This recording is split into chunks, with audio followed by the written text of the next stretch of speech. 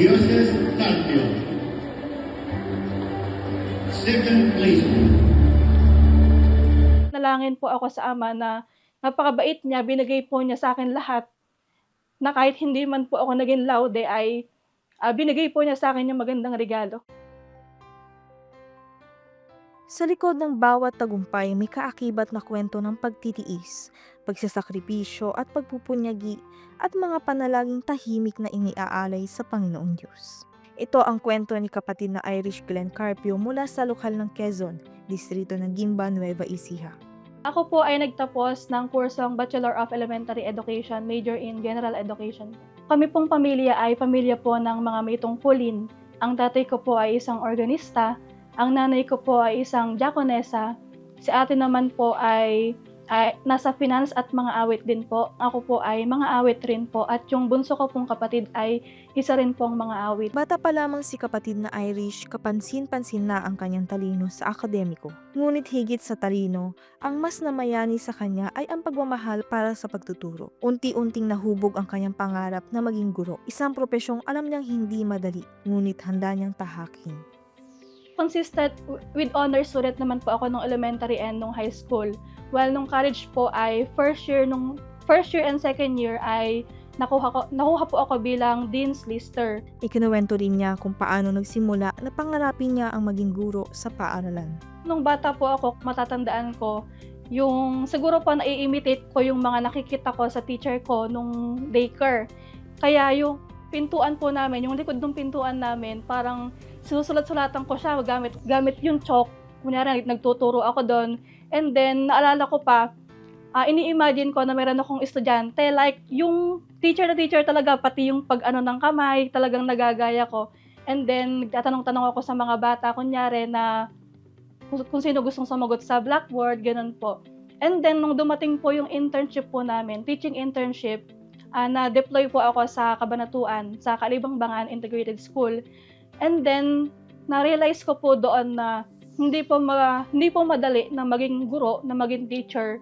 Dahil bago ka lamang po pumasok sa classroom, kailangan mo na pong maghanda ng mga lesson, and then yung mga materials.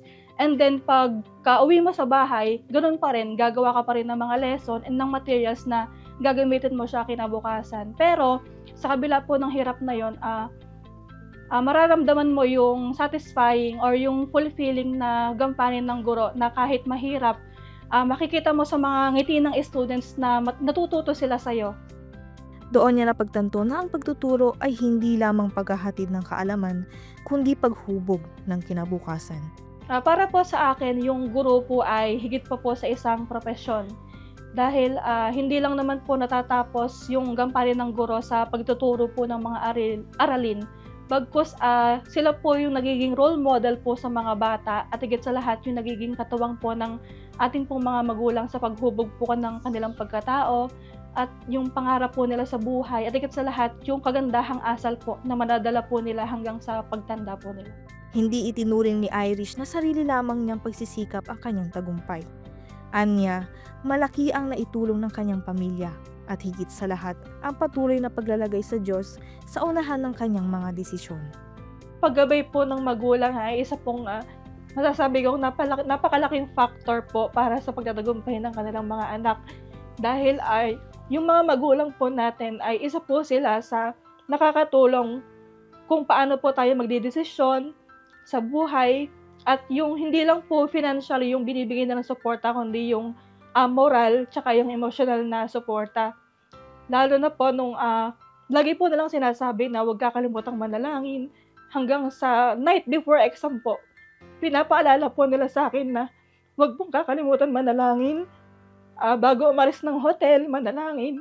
Bago magsagot ng test questions, manalangin. And then bago magpasa ng tanong, manalangin pa rin po. Bilang isang magulang, mahalaga yung suporta natin. Hindi lang sa financial, kundi yung, syempre, imo-motivate mo rin siya bilang isang anak. Nakikita mo naman sa kanya kung paano siyang nag-aaral Masunurin naman po siya. Saka ang pinaka-the best yun, yung lagi kong sinasabi sa kanya, kahit anong kabisi siya, huwag niyang pababayaan yung kanyang tungkulin. Dahil kahit naman gaano siya karunong, kung wala naman yung tulong ng Panginoon Diyos, hindi niya makakamit lahat yun. Batid ni kapatid na Irish na hindi madali ang magiging pagsusulit niya, kaya gumawa siya ng effective study tactics. Ako po bilang early morning person, gumigising po ako ng madaling araw. And then, nag-i-study po ako ng 14 hours a day. And then, syempre, bago po ako magsimula mag-review, hindi po mawawala sa akin yung pananalangin. And then, kapag 1 p.m. po, pumupunta po kami ni Mami sa kapilya para po magpanata. And then, sa gabi naman po, meron po ako nakatakdang panata din dito sa bahay ng 11 p.m. po. So, yung unang-una po, kailangan po dapat pulido ko po yung foundational knowledge about sa pagiging educator. So, sa gabi po, minimake sure ko po na nakakapagsagot po ako ng mga questions, 500 to 600 questions per night po or per day para po ma-enhance po yung testmanship skills ko po dahil sa board exam, hindi po mawawala yung hindi ka familiar na tanong talaga, kaya mahalaga po na ma-enhance mo yung testmanship skills mo, kaya kahit para hindi mo alam yung tanong, masasagot mo pa rin siya kasi alam mo kung paano atakihin yung mga questions. Nitong nakaraang Nobyembre 2025, idinaos ang licensure examination for professional teachers. Kasama sa mga kumuha ng pagsusulit si kapatid na Irish at sa awa ng Panginoong Diyos, kasama siya sa mga pumasa at nakakuha siya ng gradong 93.80%. Kaya dahil dito, siya ang itinanghal na second placer. Nung nalaman ko po na lumabas na po yung resulta, actually natutulog po ako nun eh. And then, pag-open ko po ng FB, nag-chat po yung klase ko. Sabi niya, top 2 ka, parang direct to the point po, ganyan. E di hindi po ako naniwala. Tapos, nag-chat po yung teacher ko sa AU po. Sabi niya, congratulations, sabi niya ganun. Wala po siyang sinabi na kahit ano, basta congratulations lang po. And then sabi ko, hala, meron na po ba? Sabi ko ganun. Tapos tumawag po siya. Pinakita po niya sa akin sa screen yung top 2 po na pangalan. Kaya tinawag ko po si Mami. Parang hindi ko po alam yung pakiramdam ko kung totoo bang umiiyak ako kasi parang wala akong luha nun eh. Or parang na-overwhelm kasi hindi po ako makapaniwala na na-achieve ko yung ganung rank kasi ang pinagpapanata ko lang po ay at least masabit sa top 10 para man lang magkaroon ng reward yung mga pagpapagal, ganun po. And then, sakto po nun, pagsamba, so tutupad po ako nun eh. De ayun po, nakapanalangin po ako sa Ama na napakabait niya, binigay po niya sa akin lahat. Na kahit hindi man po ako naging laude ay binigay po niya sa akin yung magandang regalo bago matapos po yung taon. Si Iris ay isang mabait na bata. Maliit from preparatory hanggang college yan, nasasama na siya sa mga honor. Kaya hindi naman ako nagdalawang isip na yung board exam na yun ay talagang maipapasa niya. Pero hindi ko in-expect na masasama siya sa top 10. Actually, top 10 lang ako kahit hindi masayang-masaya ako, sabi ko. Pero iba pa yung ipinagkaloob, top 2 pa. Kaya talagang nakaka-proud. Pinagpapasalamatan ko po yung akin po mga magulang na hanggang sa mula pagkabata hanggang sa naging top notcher po ako ay andyan pa rin po silang nakasuporta po sa akin. Ibinibigay po yung lahat, hindi lang yung financial kundi yung moral at emotional na suporta. At higit sa lahat yung ating Panginoong Diyos po na hindi rin po ako iniwan. Hanggang sa nagte-take po ako ng board exam ay ramdam na ramdam ko po yung kanyang pagmamahal. Nitong nakaraang Enero 2026, isang magandang kabanata ang naisulat sa kanyang buhay, ang kanyang oath-taking bilang ganap na lisensyadong guro. Our next top notcher, Irish Glenn Dioses Carpio, second place.